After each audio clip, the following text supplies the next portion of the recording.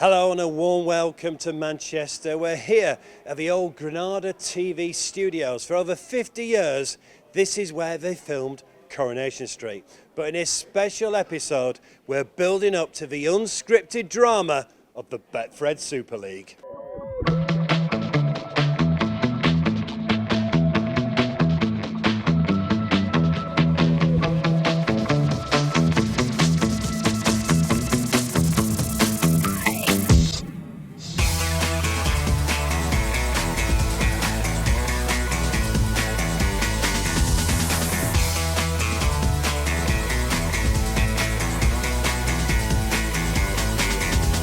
Yes, it's now called the Aviva Studios, and we're here to launch the Betfred men's, women's and wheelchair game. I'm delighted to be joined for the next hour by four-time grand final winner Paul Sculthorpe, and for the next few minutes we've got a very special guest, the coach of the champions, the coach of Wigan Warriors, Matty Peet. Matt, thanks for joining us. First of all, how's it been as a champion of the Betfred Super League? Yeah, it doesn't feel all that different, to be honest with you. It's great. Come on. No, it's great to be here on days like today, and you see the club badge up on, and you see the advertisement for the game against Penrith. But other than that, my job doesn't change too much. The players are motivated and we're ready to go again. Hopefully we've learned some lessons. The fact is, it wasn't all plain sailing last year. It looks like we had a great year now, but there was some lessons along the way, and we know how hard we had to work to get that title, so it's going to take the same again. But you had a brilliant end to the season, didn't you? 9 straight wins in a regular season. That really set you up for the playoffs and the grand final. Yeah, things did click for us at the end of the year, but that was off the back of some tough days and some tough periods of the season where we had to learn, we had to work hard in the video room, on the training field, and not luckily, but there's times where we were trying things and working hard like every other team, and it clicked, so we don't take that for granted. So Wigan go into obviously 2024 season as favourites with Betfred. What makes Wigan favourites other than being 2023 champions? I do think it is because of the way we finished last year. We won in good style, our defence was excellent, and we've recruited well. What people do glance over is we've lost some important players. I think Toby and Sam Powell moving over to Warrington is massive for Warrington.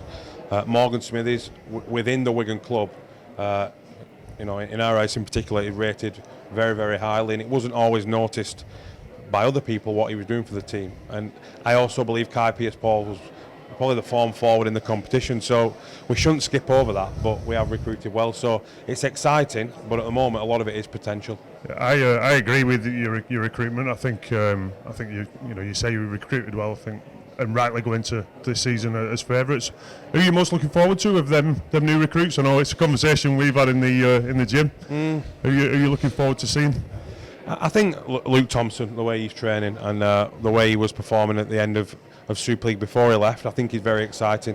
Like most coaches, you believe the game's won in the forward pack, and Luke will bring another dimension there. And Cruz Lehman, I think, will bring another dimension to us. But there are other people you could mention, but I think those two, they should be in our best 17, the both of them, and they do bring different dimensions to what we've been used to. You've obviously got the World Club Championship to build up to. How special a night is that going to be at Wigan? It's sold out. You versus the Penrith Panthers. Yeah, the stage is set. Everything that you would want as a coach in terms of a full house, all eyes, and you're against a phenomenal opposition who are used to winning. It's why you're in the game. It's why the best players play. It's hopefully why the staff do our jobs. And nights like that are easy in terms of motivation, in terms of excitement. The players are going to be on top note. But the best way to prepare for Penrith, strangely, is preparing for Castleford.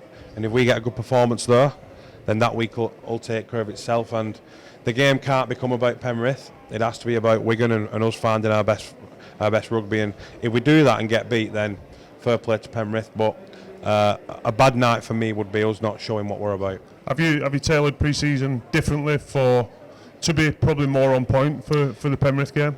Yeah, I'd say so. I was speaking to a few of the coaches today, and quite often you know that you're going to learn lessons that we've spoke about through the year. and you don't really have to peak. Although you've got to pick up the wins, you don't have to peak until, first of all, for the Challenge Cup and then the Grand Final. It has brought more attention and more focus on preparing physically, but also with our rugby as well. And knowing that we've got such an intense test, we've give some of our players more game time in the pre-season friendlies than we would normally. And we can't miss this opportunity. I know you don't like talking about yourself, but it's not been a bad 2 years, is it? Challenge Cup in the first year as Wigan coach, and then Grand Final winner last year. Yeah, on reflection, yeah, excellent. I would have snapped your hand off at the time if someone offered me that. But I also know that it's very fragile, and we'd only need to lose or not perform in a few games at the start of the year, and the same things would be being said. So I'm very proud of what we've achieved. I do think at a club like Wigan or one of the top, it is a minimum standard that you get into finals. You shouldn't really be in this job if you're not going to at least challenge for these big games. So for me to keep this job, for us to keep progressing, we've got to continue, and it does just come from day to day trying to improve. And Wigan have never gone back to back in the Super League. Yeah, doesn't matter, does it really? It's all about this year. Good stuff. Well, the very best of luck for this season, the whole of the season, especially good luck for the World Club Championship as well. Penrith Panthers, it's going to be a sellout. That is going to be a hell of a night. Live on the BBC, live on Sky as well. Let's hear from one of the stars of the Wigan Warriors. He won the Steve Prescott MBE Man of Steel Award. Let's hear from Bevan French. Is there a different mentality coming to a season as champions, looking to defend that title rather than claim it? Not really, to be honest. I don't think we haven't had much discussion about it collectively as a group, but I think individually nothing really changes. It's want to learn every week, want to improve every week, and the end goal is the same thing. So it doesn't really, me personally, it hasn't really I haven't come into this season thinking ready to defend the championship or whatever. It's just the same old thing really for me. It looks like you've kind of strengthened again with some of the signings you've brought in. Is the squad looking ready for round one?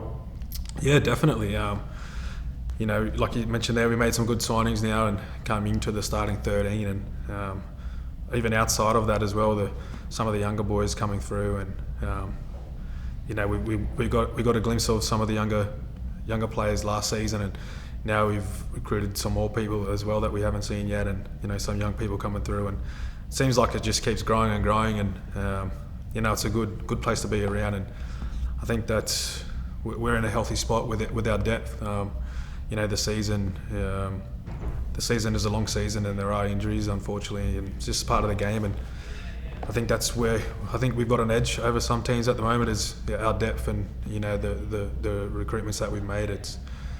It's also a good, healthy competition for spots as well. So everyone's going to be on their A game. So, of course, Wigan Warriors will be looking to defend their crown in 2024. But there's a new man on the block looking to stop them. It's the new coach of Warrington Wolves, Sam Burgess. Sam, thanks for joining us. Right, this is an obvious question. Why Warrington? Well, I think there's a great opportunity there. The history speaks for itself. It's one of the founding clubs in the game. I like the history of the town, the wire pulls. It's blue collar town, and I just like the opportunity in terms of doing something that's not been done for a long time.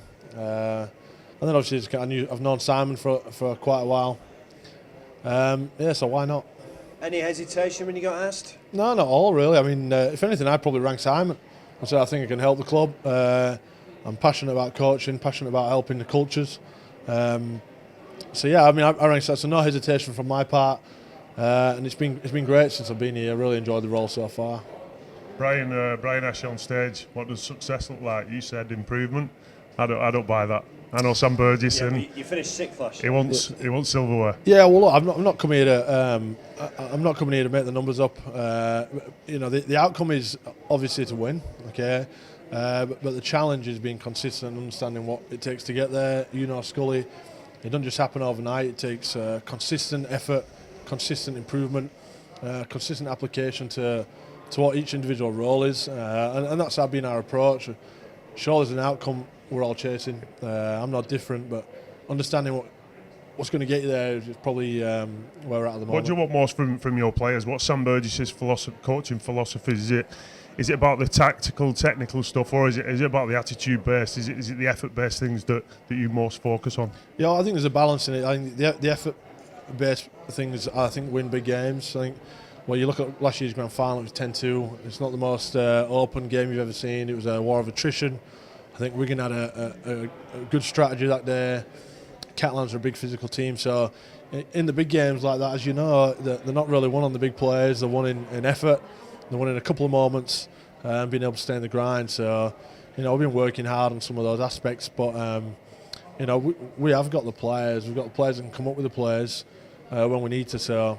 I think we've just got to be more consistent at working on the small things, getting the basics done well, and over a consistent period of time.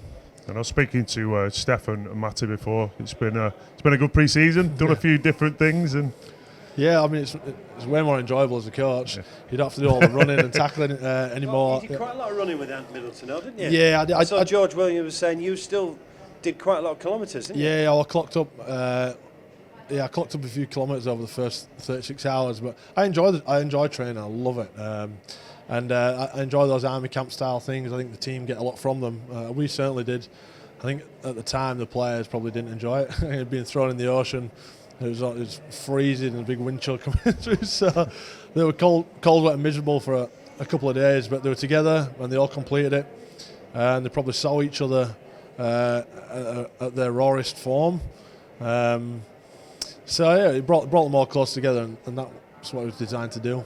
And news yesterday, Tom is going to join the Super League in 2025. Yeah, Huddersfield out. I know, I couldn't believe it. We offered him a deal, and he rejected that.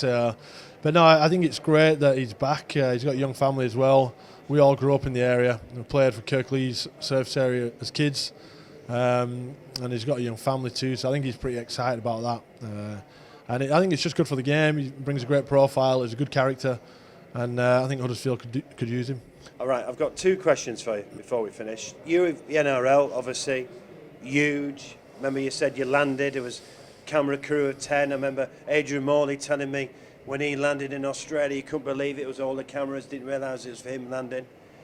There's good buzz about the start of the Super League in this country this year, though, isn't there? Yeah, no, there certainly is. I mean, today's been a great eye-opener for me. The new broadcast deal with BBC, the deal with Betfred's fantastic, 3-year partnership, 15 games on BBC. I think we can get that more. But all games being able to be streamed on the streaming service, which is great. I think the more people see the game, are going to fall in love with it. And there is a buzz around the game, which is, and rightly so. It's, I believe, to be the best sport in the world. So it's hopefully that we can get the product on the field as good now, and we do it justice. Let everyone see what we're doing. And keep growing the game to where it should be. Come on, Scully's tried, Brian Carney's tried. Come on. What is success for Warrington Wolves this year? Yeah, well, I'll be consistent with my approach. I mean, for us, it's about, well, for me especially, it's about changing probably what's been there for a while, and that's been consistent. Okay, so it sounds cliche, but control today, the outcomes will take care of themselves. Our training methods, the whole pre-season have been the same, so I'm not going to change. We'll probably see what we look like midway through the year. It'll be a true representation of the team. I don't expect to hit the ground running, but we should be somewhere thereabouts. Starts with a bang as well. Catalan away. Mate, what about that? Yeah, I love it. It's great, isn't it? Good. Like, we need to be challenged, right? We need to be challenged. We don't need easy starts. We want the hard games early. So we're really looking forward to that. They're a big physical side, and it's going to be a great challenge for our men. It's good to see you back, and good luck for the whole season. Good to see Sam back in the Super League. It's a big year for Sam, big year for Warrington Wolves, big year here on the Sportsman. We've already brought you a couple of live games. We've got at least 80 more live games to come, including the Betfred Challenge Cup on Sunday. Well, good afternoon and welcome to the Sportsman. Towards the corner and scoring in the corner. He is going to score in the corner. That is a remarkable finish. Burgess for the corner and Leah Berkstein. Partington all the way to the line. And it's Tamsin Renew. The pass from Harley Dodd. London are going to get there and touch down. right through the post. Can they get on the end of it? Yes, they can. He's gone for the same ball, and it's going to work. Beautiful. It's going to be able. Is he able to strike one through the post? He might score the winner. Brings it up to the line, drops it off to Hazard, who reaches through.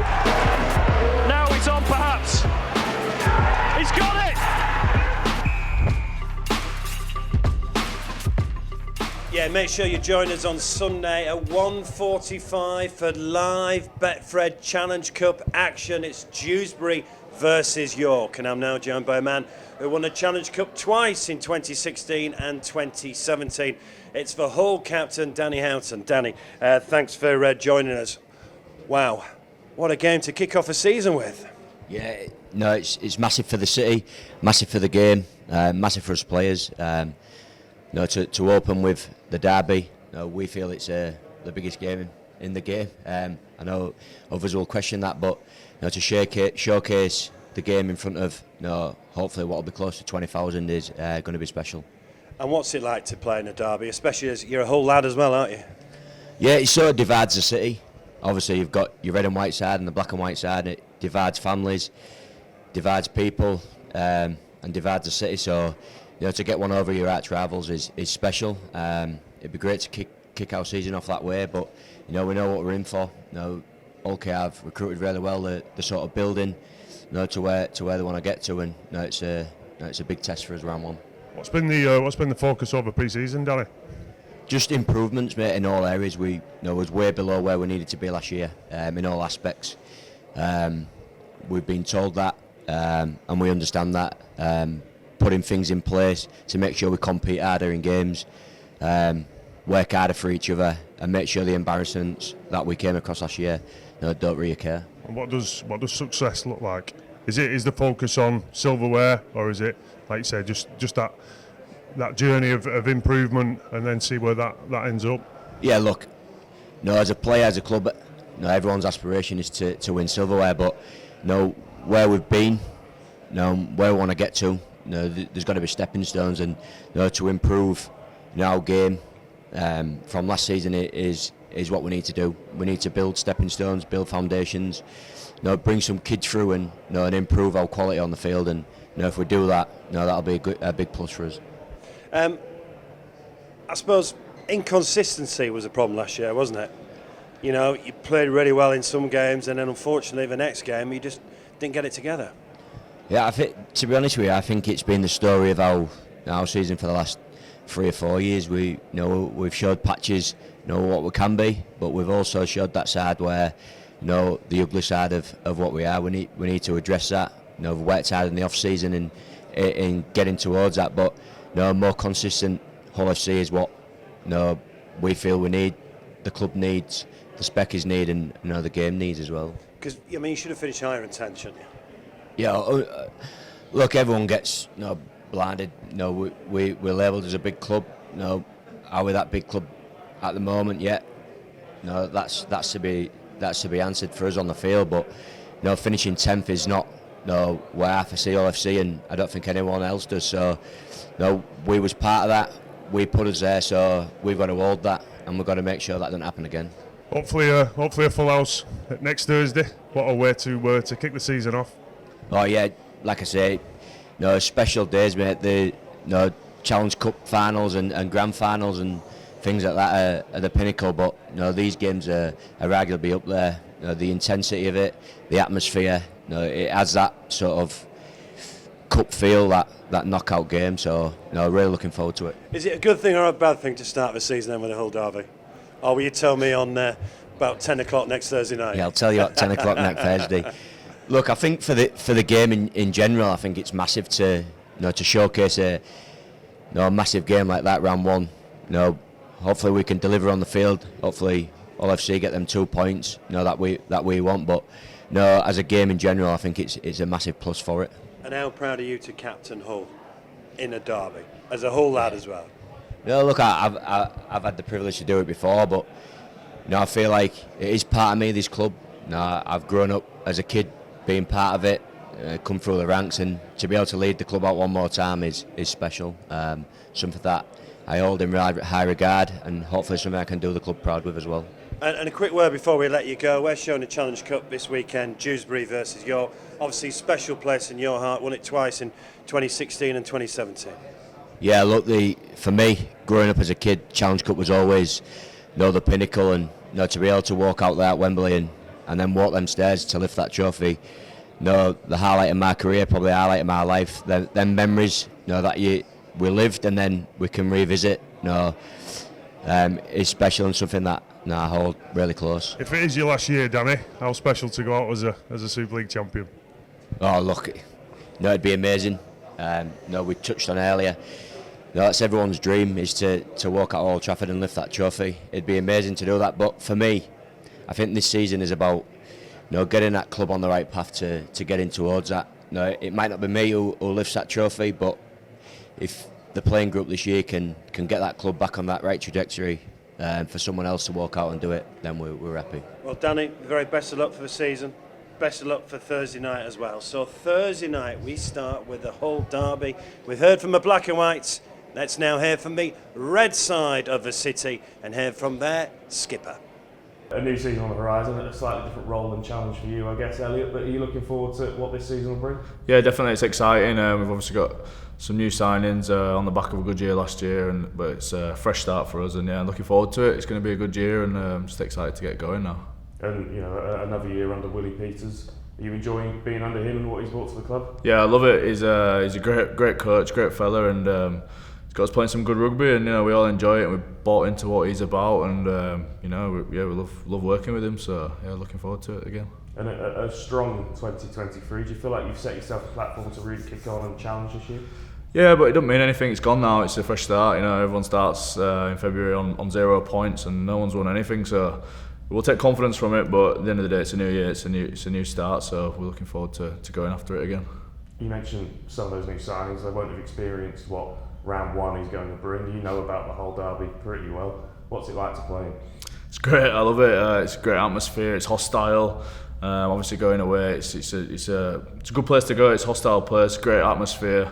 And yeah, I love it and look forward to it, and it's a great start. No better way to start. I can't wait for it. On a personal level, is that the game that you look forward to most? It's one that sticks out in the calendar, but they're all as important as each other. At the end of the day, it's only worth 2 points, just as the one the next week and the week after that. So it adds a bit more to us as local rivals. But at the end of the day, the game the week after is just as big, and the one after that, and so on. So we don't get too caught up in all that. Let the fans get caught up in the emotions, and we'll concentrate on playing the game.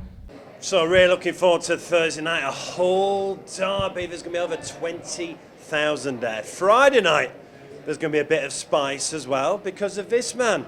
Of course, Salford go to Leeds. He was at Salford for 2 seasons. He's now joined the Leeds Rhinos. It's Brodie Croft. Brodie, thanks for joining us. Look, obvious question, but why Leeds? There's probably plenty of things you can talk about there. It wasn't a decision that was made overnight. Woke up one Monday morning and my manager was ringing me saying that the situation there at Salford and how Leeds had come into the picture and whether I'd be interested in it. And Leeds being a big club with a proud history, that really excited me, along with the squad that they have and the direction that I believe that the team is going in. So it's an exciting time. Because you won the Man of Steel when you were at Salford. The Salford fans loved you. You didn't take this decision lightly, did you? It was a tough decision. Yeah, it was a massive decision. I mean, Salford really embraced me there, and I really enjoyed my time. Thoroughly enjoyed my time there, so it was a hard decision to leave. There was countless nights there that I probably didn't get much sleep thinking about the decision and whether it was going to be the right decision. But ultimately, it come down to what was best for me and my family, and now that the decision's been made, I'm all in, and I'm a Leeds Rhino now. And as often happens, Scully, the fixture computer's thrown up. You're playing Salford in your first game. Yeah, it's funny how the world works out like that. I'm looking forward to it. Still really good mates with all the boys there and the coaching staff. They did so much for me whilst I was there, so But yeah, certainly for those 80 minutes come Friday night, I'll be wanting to rip their heads off. They'll want to be ripping my head off, and it'll be all about it. You've got a bit of a safety blanket anyway with Andy Ackers as well, joining you at the Rhinos. What have been the big differences that you've found in obviously pre-season, with Leeds and Salford? Obviously Leeds being a big club with a big squad, that's probably what first hit me. So plenty of players about, plenty of staff about. Early days it was just getting to know everyone, building those relationships, that's important. That's probably the biggest thing. But otherwise, squad-wise, Salford's got a great squad, Leeds has got a great squad, and both clubs have great coaches that I've really enjoyed being coached under. You speak about Leeds being a big club. Do you think the big difference is the expectancy from obviously the club and the fans? Leeds has always been a club that demands success. I'm not saying Salford aren't, but Leeds is. And is that something that you found, speaking to the fans or the board members that they want success and they want it quick? That's probably more for the outside. We just control what we can control, and that's training hard each and every training session, and then doing our best to perform on the weekends come Friday nights. Obviously it's a big club with expectations. I'm not naive to that, and they've had rich success in the past. I mean, growing up in Australia, there had been a bit of rugby league nerd. I had an interest in Super League, and Leeds were the team coming through, winning all those comps. So I can understand the expectations that they want success. And I wouldn't have gone to Leeds if I didn't believe in the squad and the coaches and the capabilities that we have there.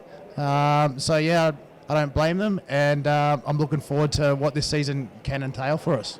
And Leeds have won it 8 times. Have you spoken about it as a group? Finished 8th last season, 4 off the playoffs. That's not good enough for a club the size of Leeds. Yeah, I mean, you always go out there to want to play the playoffs and play in those big games. But in saying that, it hasn't been spoken about too much. I mean, this is a fresh group of players that have come in.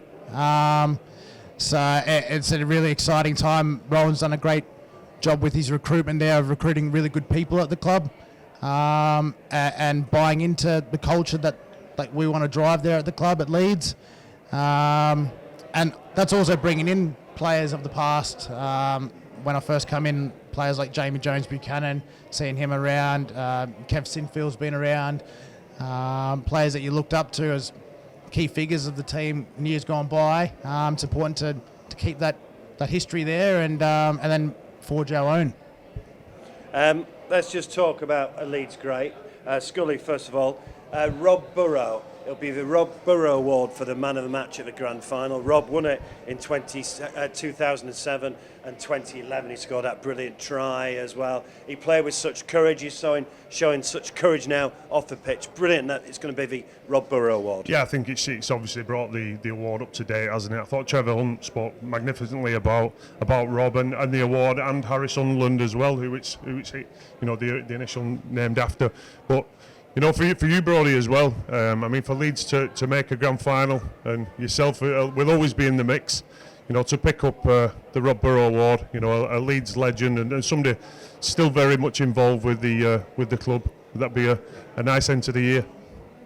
Yeah, definitely. I mean, you kind of get goosebumps thinking about it. You don't want to get too far ahead of yourself. There's a lot to go in before the potential of that happening.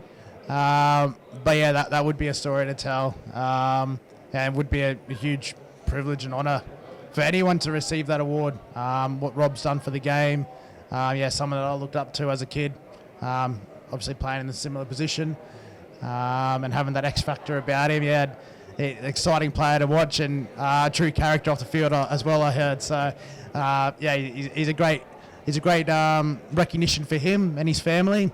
It'd be a huge honour for whoever is to receive that award. Well, Brodie, good luck for the rest of the season as well. So Brodie Croft joins us there now with the Leeds Rhinos. And as we said, it's going to be the Rob Burrow Award for the man of the match at the grand final. But a lot of rugby before we get to that grand final at Old Trafford included Leeds versus Salford on Friday night. Let's hear from one of Brodie's mates, Salford's Ryan Brierley. Ryan, a brand new season, plenty of change at Salford, but the same ambitions, I suppose. I think there's probably a a calming and a realistic outlook on it as well. The fact, obviously, it's been well documented how obviously the quality we've lost in our team over recent months, but something fresh and exciting, something new. Obviously, I think everyone at our club obviously wants to learn each and every year. So obviously when you add different people and personnel into that group, it certainly makes it exciting and interesting. I just think from 12 months on, we was talking about obviously trophies and stuff.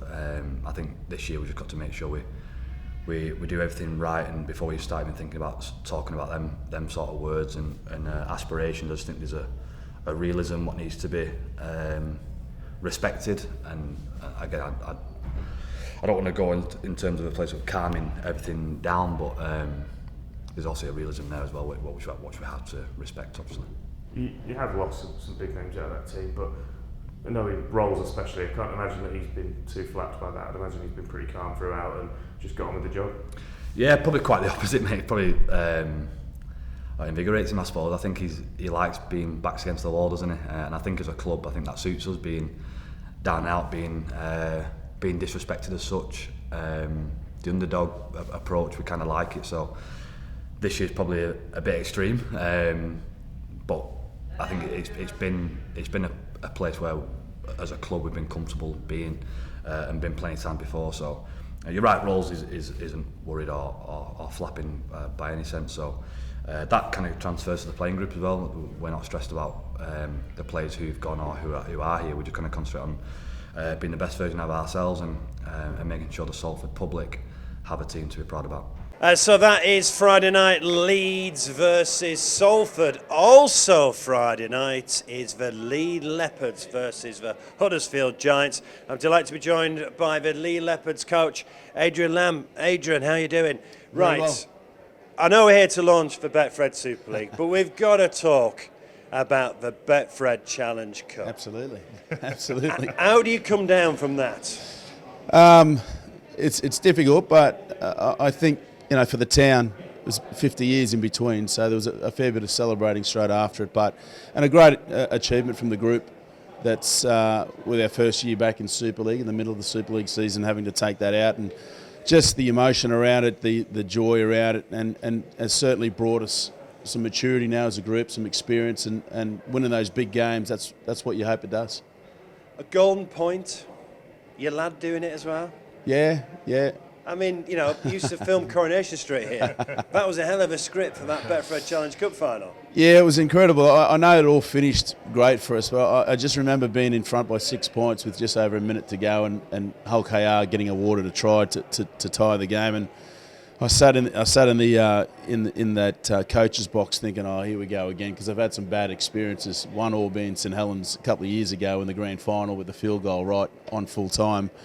And I had a thought over my head, but I just thought, no, keep it positive. Leave the box now, go down, sit down, and just enjoy the last extra time stuff. And luckily, the group got it done. There was some incredible stuff that Zach Hardacre did that no one really saw in that to minimise metres for us, to give us an opportunity to go down. And then, Mulhern's carry and then Edwin Aparpe's carry that led up to Lachlan Lamb's field goal was incredible, and a moment that we can share as a father-son, but also as a town and fans and club over as whatever it takes. How did that compare, Lammy, to as a player? Obviously, we know you won it as a player with Wigan. Yeah, different because I got goosebumps that you say that now, because I just remember after it when it was all over, just thought we've won it. How have we done that? But there was a lot of hard work that had gone into it, and I'm just grateful that we had that opportunity to experience it. The first time back at Wembley. For however long it's been with the stadium getting built. So the fans all down the end where the point went through, there's some footage there and some photos that I'll remember forever. But very, very similar to winning it as a player, but again, just grateful as a coach. Has today been a different experience for you? Obviously from last year, coming in as I think from the hunter to the hunted. I think it's a comment Brian Carney used on stage before. Yeah. After the success of winning the Challenge Cup and obviously making the playoffs, it was a very, very successful year for Lee. Yeah, and I think expectancy this year. Yeah, I think the narrative's changed slightly. albeit I think Betfred have still got us at 16-1 to win the grand final, so hopefully that's an omen. You were the outsiders to win the Challenge Cup. So. Yeah, I think we were. What was it? Something like 500-1 on the Challenge Cup last year. Not as big as that, but not far off. Big numbers, but we love that, and we love these moments. But I think as a club, I think it will be a different season this year. I think that the teams will know what to expect now. But we've, having to deal with that, we've brought in 9 new faces, so we're rotating the squad all the time. We understand we want to be better as a club, and we want to climb that Super League ladder and do better this year than what we did last year. You talk about last year.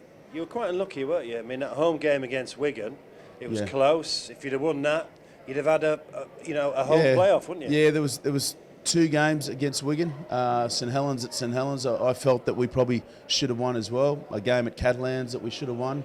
But ironically, the 2 teams that we didn't beat in the 2023 season, the only 2 teams we didn't beat, ended up playing in the grand final. So, it was a season that we needed as a club, and I think that it gave the players a lot of confidence to feel that we belong. And I think once that belonging feeling is there within a group or a person, trust and confidence comes off the back of that. So I'm hoping for a better season this season. What's the aim then this season? What's success? I mean, it's going to be hard. You're newly promoted, finished in the playoffs, won the Challenge Cup. It's going to be hard. So I've got some really good players there, and we've recruited really well, in my opinion. And I think a successful season will be finishing in the top 4. We finished 5th last year, and like you said, there's a couple of games there that we should have won. It'll be a little bit tougher again, with oppositions knowing what to expect. But I think top 4 will be a great season for us. Okay, thanks for joining us. Can I thank you what you've done as well? Winning the Betfred Challenge Cup. You, Derek, and the boys as well. You've taken that trophy everywhere, haven't you? we have, and it has been, but we haven't had it for 50 years, so we had to do something different. And I think the town appreciates that, and Derek, albeit the flamboyant figurehead that he is, he's done an incredible job for our club with the branding change. It's been a new feel and groove around town. The fans have got a team that they can support now and trust in, and we're just again grateful that we're here and we're a part of this competition moving forward. Well, you suit leopard print as well. Everyone does. Yeah. Well, thanks very much. Good luck for the season. So Leah at home against Huddersfield on Friday night. Let's hear from Ashton Golding. How much are you looking forward to getting stuck into 2024? Probably more than ever, to be honest. Getting a good pre-season under my belt. Probably coming through it, unscathed, injury-free, and fighting fit is something that I'm really working towards. I've had a couple of years where I've been quite riddled with injuries, so for me, just getting through this pre-season, being available, being active, and just trying to showcase and show my teammates the best version of myself in order to achieve the ultimate goal. How frustrating has that been, the injury problems over the years, especially when things weren't perhaps going so well for the team in times last year? You're not able to get out there and help. Yeah, 100%. I'm a player that likes to do. I'm a doer. I don't really like to talk about my business. I'd rather go do it. And when I'm injured on the sideline, there's no one more frustrated than myself who just wants to go out there and help the boys. But in other ways I can help them. So frustration is a massive kind of motivator for me right now, because I don't want to be just sat in the background listening in meetings but not being able to actively influence them. Huddersfield's a club that's been very open about its ambitions in the last few years, pretty much since Ian Watson came in. The talk's been about winning things. Do you feel like this group is ready to make that next step? Yeah, I could sit here and talk about the end of the season and what it could look like. But what I probably will just hone in on is the first 5 to 10 rounds is something that we are looking at. We know we're playing away a lot of them, so we know it's going to be a tough ask. It's probably going to be the toughest ask of the season. But when you've got Jake Connor and Tui Lola here and Clooney all firing on cylinders and training well and performing well, I'd say that's where we'll hone in on. So the first 10 rounds are massive for us. The first 2 games and obviously the opening round's massive. So the end goal looks similar every year to every team. Everyone wants to do the same. But I think we're going to have to take it a little bit more in blocks. So game by game, maybe 3 games at a time, yeah. So we're here in the centre of Manchester to launch the men's game, the wheelchair game and the women's game as well. I'm delighted to welcome Jodie Cunningham of St Helens, England, and now Sky Sports. Congratulations. Thanks. You can be part of the commentary team. Looking forward to it? Yeah, looking forward to it. Nervous, obviously, a little bit of anxiety around it, but yeah, it's a brilliant opportunity that I just couldn't say no to, really. And it is brilliant that we are launching not just the men's, but the women's and the wheelchair game. Yeah, look, we talk about rugby league as a family sport all the time, and I feel like we're really living it. It's so inclusive, no matter what your background is, no matter where you're from, there's a space in this game for you, and to see the women in the wheelchair up there being launched on a big day like today, it's fantastic. You know, it's what little girls dream about being involved in, and I'm really lucky to be part of it. I thought you spoke really well on stage with Brian Carney, and he asked you that question to sell the Betfred Super League. Can you repeat what you said to us about being Well, he being put me on the unfiltered? spot, didn't he? He put me on the spot. It was a brilliant answer. One of the things that, particularly as a woman, but it applies across all versions of the game we've got, I think rugby league is a really special place where you're out there and you can't possibly think of anything else. It's tough, it's physical. You're at war, basically, when you're on that field, and you can't worry about all the things in life. You can't worry about what you're looking like. You are this unfiltered version of yourself where you can be aggressive, you can hit people really hard, obviously legally and below the armpit, but you can do all these things, especially as a woman who, you know, are judged a little bit more in society around what we look like and, you know, how we appear. And I think for me that's such a powerful space to have that in your life where for 80 minutes you're really unfiltered and you can just give it absolutely everything. I think that's what gives us a magical showpiece off the back of it. You know, I've watched it and loved it in the men's game for many years, and now hopefully the women and definitely the wheelchair are showcasing that too. I loved your answer on that. You know, it's why we play the game, isn't it? And obviously the season kicks off next week after a big pre-season, and there's usually more and more hits at the start of the year because everybody's got that aggression to take out. And you know, how was pre-season at Saints? Is it been a good one, and obviously focus on more silverware this year? Yeah, tough one, and the women's pre-season always feels a little bit longer because we start a little bit later, so it's a long pre-season, but a really good one. Look, we're looking good, we're in great shape. We've got some young girls who I think. We had new players come to us, we had young girls come up last year, partway through the season, and they did an amazing job, but I think their experience now that they can apply to the team and that understanding with Matty Smith, obviously, it was his first year last year, and, you know, it took him some time to get used to the women's game and to be like, right, okay, what do I want out of this squad? He knows that now, and he's got a full pre-season now to make it happen. So, yeah, we're ready to go, and of course we want more silverware this year. And obviously in the Super League, you had a really close semi-final against York last year. Yeah. York look the team to chase again, don't they?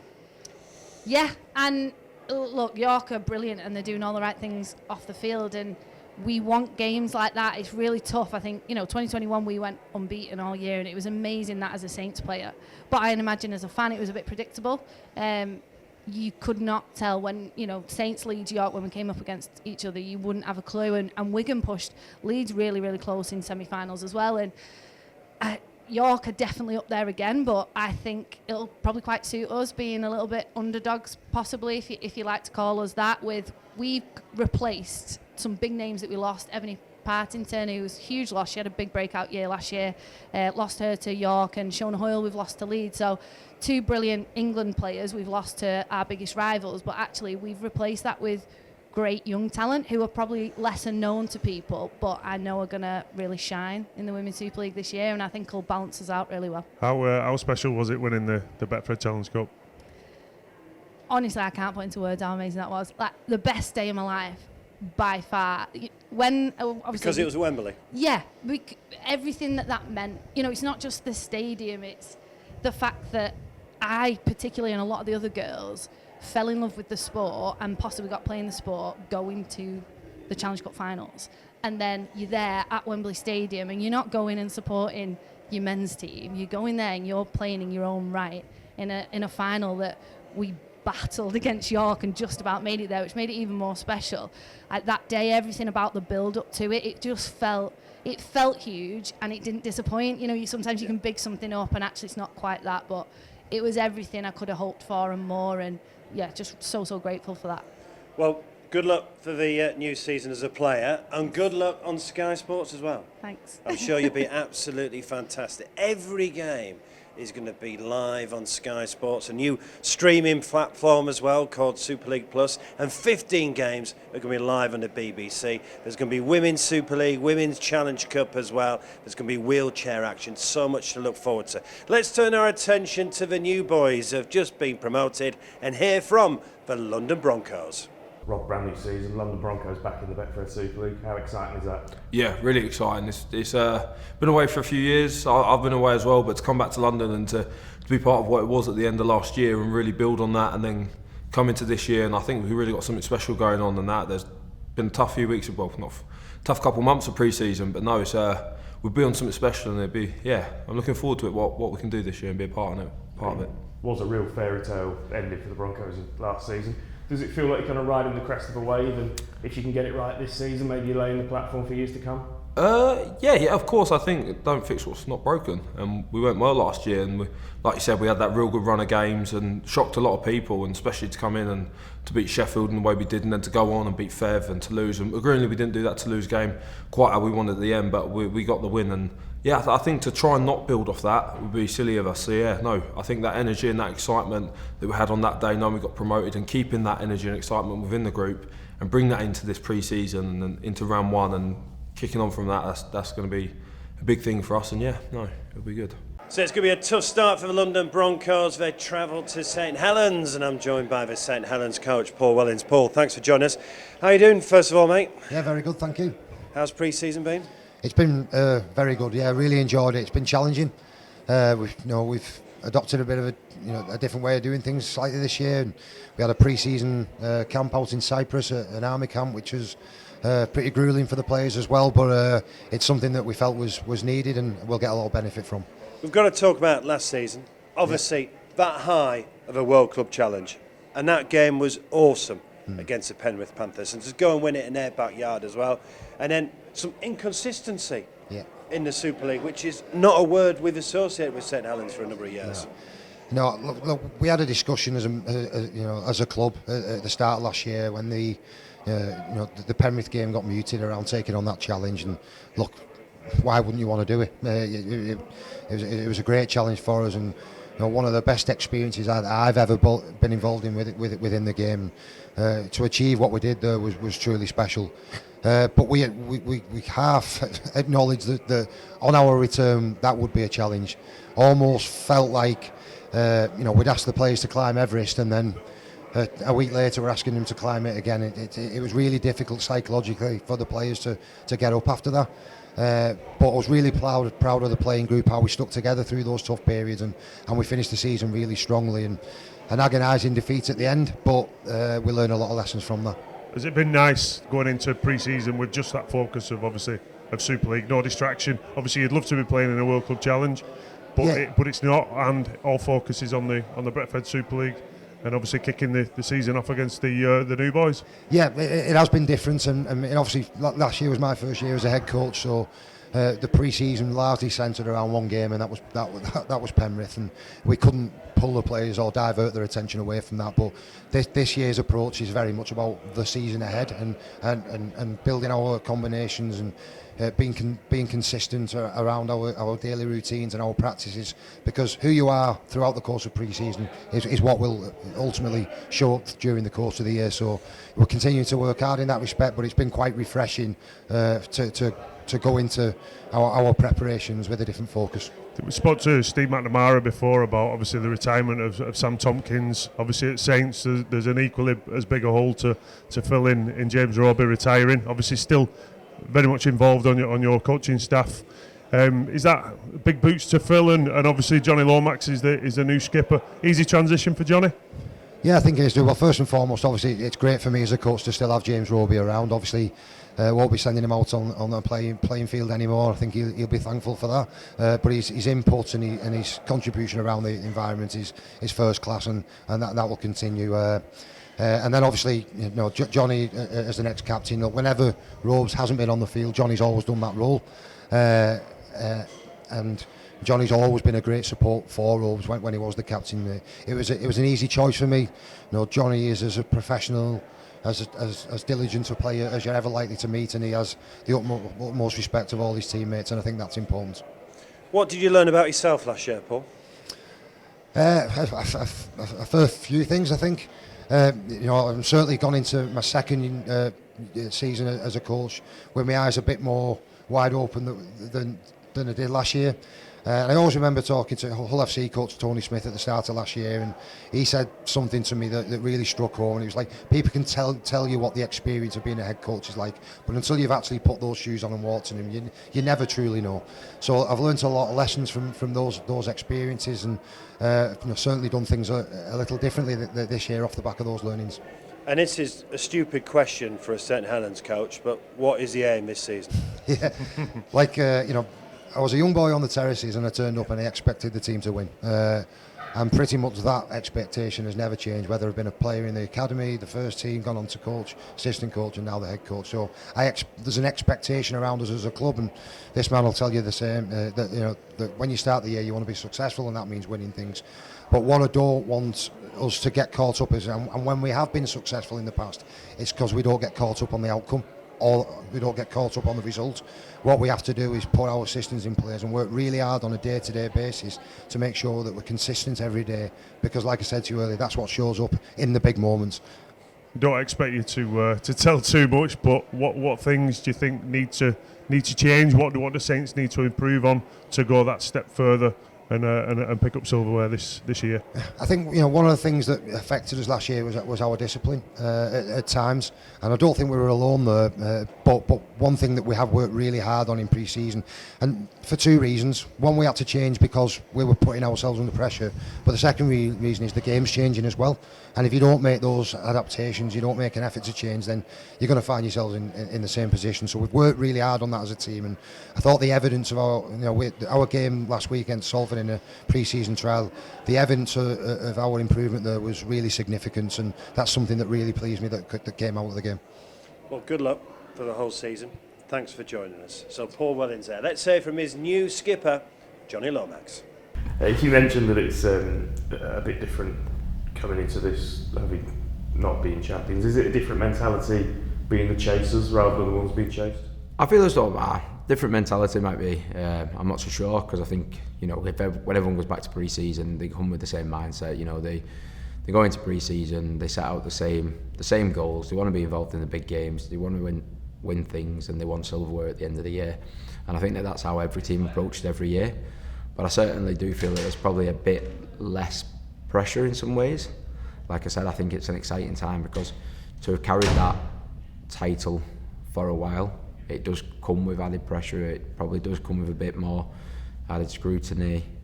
Teams gunning for you week in, week out. It almost feels like every game is a bit more of a final.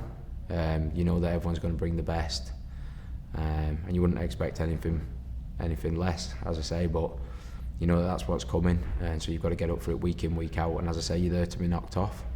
I think as a chaser, the pressure's a bit relieved almost. It gives you a bit of that sense of freedom, and as I say, you can be in the chaser. Yeah, I suppose, like you say, it does give that freedom and give you a bit of a release. So Jonny Lomax, the new St Helens skipper, of course, will be looking to get the trophy back, but last year Wigan did the double. They won the running game on the Saturday, then on the Sunday the wheelchair game won the grand final. I'm delighted to be joined by Jack Heggy as well. He scored a hat-trick in that grand final. You didn't even realise you scored a hat-trick either, did you? I'm rubbish after a game for remembering things. I have to watch it back a couple of times on video to sort of appreciate what's happened in the game and remember it. Yeah. But your third try was really significant, because Leeds took the lead in the 70th minute. That was the first time they'd taken the lead in the game, and then you pegged them back with your third try. Yeah, it's obviously we'd held out. Leeds were the favourites going into the game, and we thought, okay, when they sort of started pulling ahead, we didn't make any substitutions, so it was a bit backs against the walls at that point. It's a big game of momentum. So yeah, when Leeds did pull ahead, we was a bit like, we've lost it. This is our chance. And I think fair play to Declan, who it was second tackle, I think, or third tackle. It's early on in the set in our own half, and he's recognised the opportunity to kick. and then it's just obviously a foot race then between me and Tom Halliwell, the England captain, to get the try. Luckily, I won him on this occasion, but it's not often I do. And the night before, you all went to watch Matty Peet's team win at Old Trafford. Did that give you a bit of a boost, thinking, right, come on, let's go and do the double? Yeah, 100%. But I think as well, it just sort of shows the unity amongst all the different Wigan teams in there. Obviously, we were there as guests with the club, etc. So we watched that. It did inspire us. You feel part of the club? Oh, 100%. Yeah, I think Wigan have backed us. Since obviously being with that, obviously we've had a core group of players that have played under different guises over many years, and Wigan have given us the resources and they've given us sort of the whatever we've wanted, we've been able to get that. Whether it's like new wheelchairs, whether it's like video analysis provision, or webinars about nutrition, etc. So it's really added to the club, and obviously we can pick the brains of different coaches from different, not just the men's, but obviously from the women's or the learning difficulties RL or the physical difficulties. I think that's one of the great things with the Wigan club is certainly Matty Peet and Chris Radlinski at chief exec level. Matty Peet's been coached through all the levels, so he sees it from the other levels as well. And they do look a very very bonded club. Did it make it even more special winning the game? Obviously going into that game as big underdogs. Yeah, 100%. I think we've said this, and it's pretty well storied now. Like going even into the semi-final against London, we was sort of expecting to come away with a loss with that, if we're being truthfully honest. And obviously off the back of the semi-final result, we was pretty comfortable in that game. We won it quite, even though the score line was quite close. I'd say we were very very comfortable in terms of actually the game being played. And we came away from that with our confidence back and a little bit of a bounce in our step. And the final, leading up to it, all the media, all the sort of wheelchair rugby league community was sort of writing us off. Leeds by 20, Leeds by 12, etc. So it does make it a lot sweeter that obviously we turned it round. Is there any goals been set for 2024? Is it to retain the title? Obviously it is. Has that been spoken about, or is it more about the processes of the week in, week out? Keep improving. Yeah, I think it's a big processes thing for us. Like I think, admittedly, we sort of reviewed the season last year. We want to be fighting on all fronts, whether that's the Challenge Cup, the league leaders, the European Cup, obviously for us this time round, and then obviously the Grand Final. I think for us, we had to review the season. We had to sort of look at how we can be more consistent. We don't just want to turn up for 2 games a year. Obviously, winning a trophy is great, but we need to look at our processes and how we can be much more consistent. So, Jack, I've got one final question for you. You played on a Sunday. What's it like waking up? You know this because you've done it 4 times, but I don't. What's it like waking up on a Monday morning knowing that you've won the grand final? Yeah, it was definitely well worth the bragging rights amongst the sort of wheelchair teams, etc. Within that, we definitely let them know. But like I said, it was such a big shock for us that we didn't actually have anything planned for after the final to properly celebrate it. But we did. Eventually, we got round to it. But obviously, for us, we're not a professional side, so we all had work the next day. So on the Monday, so I think we quickly brought back down to reality. Well, congratulations and good luck for the new season. We'll be showing some wheelchair rugby here on the Sportsman, some of the women's games as well as the Challenge Cup. Don't forget, we are showing Dewsbury versus York on Sunday. So make sure you subscribe to the Sportsman. You're watching the Sportsman Rugby League. Subscribe for weekly shows, exclusive content and live games.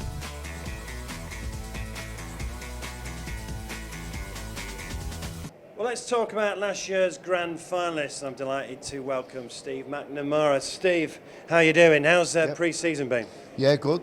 Skies are blue. The weather's been great. We've not been rained on in pre-season, so it's we have many disadvantages with it travelling during the season. But one of the great advantages is this time of the year, and when you look outside now and there's snow coming down and the boys having to train in that across here, it's certainly an advantage for us. So we're all smiles. We haven't lost the game. The coach hasn't had to drop any players yet. So this time of the year, everything's going well for everybody. But in reality, we all know what's around the corner. It's for us. It's next Saturday against Warrington.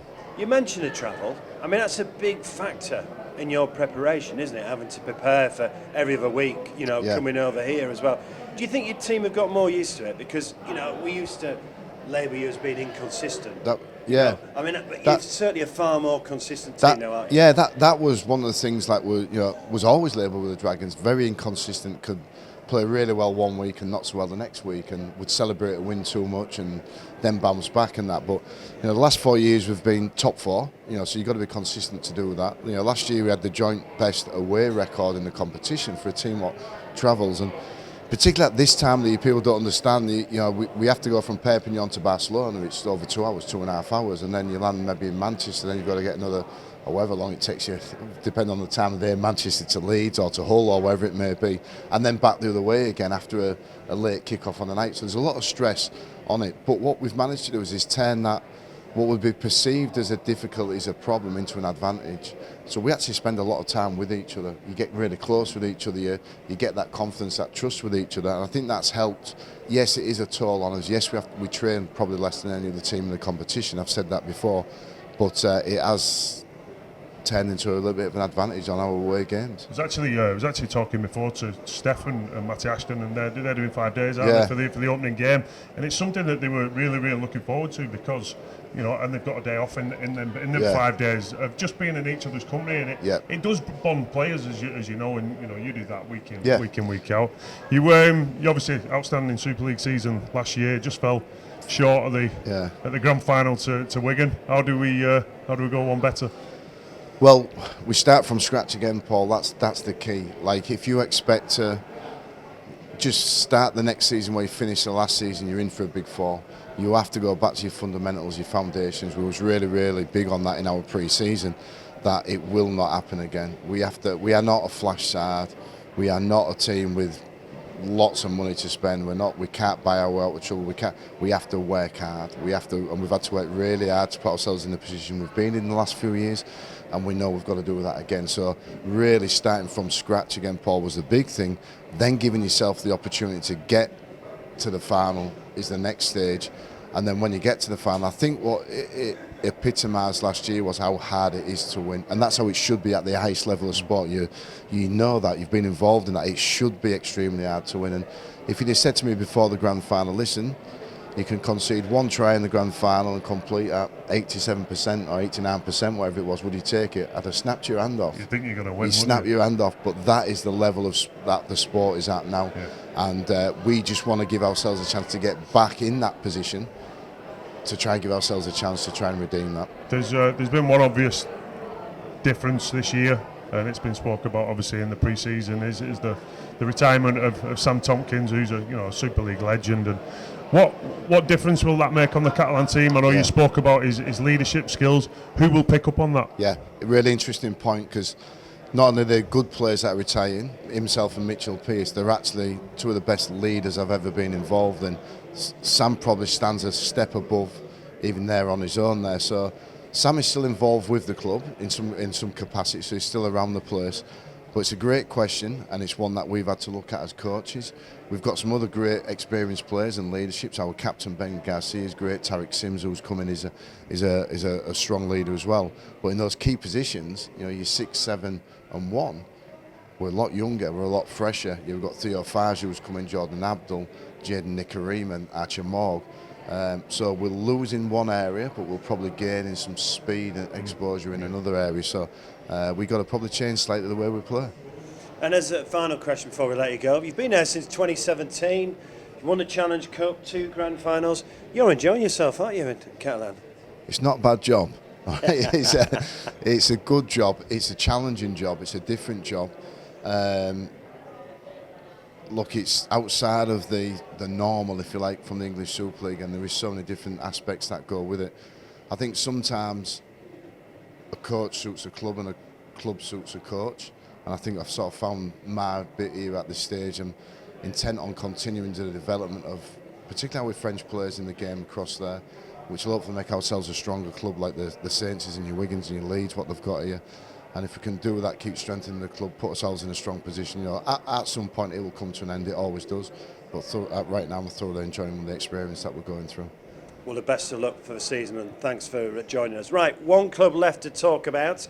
They actually kick off the BBC coverage a week on Saturday. It's the Castleford Tigers. Let's hear from their skipper, Paul McShane. Paul, brand new season. Is it the same excitement? Yeah, we've gone through a fair bit of change, so there's a lot of fresh meat in there, which is I'm looking forward to get out there and representing Cass. And you know, with that change, it probably lifts everyone around and keeps people on their toes, which is good.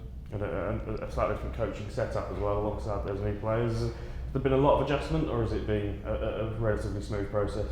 Oh, it's been fairly smooth. We had Lingard and Scott Morrell for a fair chunk of last year, and bringing Magsy in, I think that's massive for us. I think what he's done at KR and stuff like that, I think it's been great. So yeah, it was a smooth transition, and you know, people are really buying into what they want from us. What's Craig Williams been like as a head coach? It was a fantastic job at Batley, but this is obviously a step up for him as well. Yeah, really good, mate. So far, so good. Just chilled out bloke. He cares. He wants us to do well, and really simplified how he wants us to play. So hopefully, as a group, we can do that when we go out and play. Obviously, a difficult season for Castleford last year, but has it been really important to have a little bit of change and clear the decks ahead of this year? Yeah.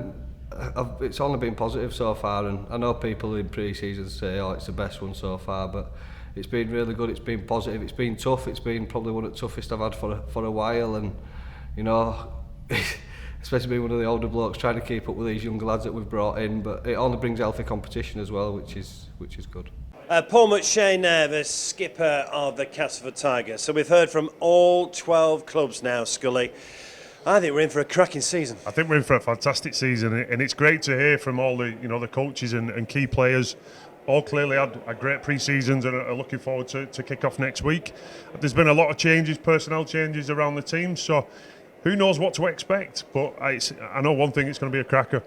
Sam Burgess underplaying it a little? Yeah, I think he is. I think he's kind of trying to take the pressure off himself and his players. But there's no hiding the fact that there's expectancy of Warrington to pick up silverware. They brought Sam Burgess in, who was a big winner as a player.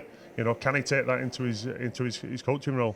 And it's great that we've launched a women's game and a wheelchair game as well, because rugby league is the most inclusive sport in the world. It is the most inclusive, and it's fantastic. You know, they all share the same platform. You know, all sponsored by Betfred. You know, that partnership that supports all three games. And you know, today's been fantastic. There is a real buzz about the sport.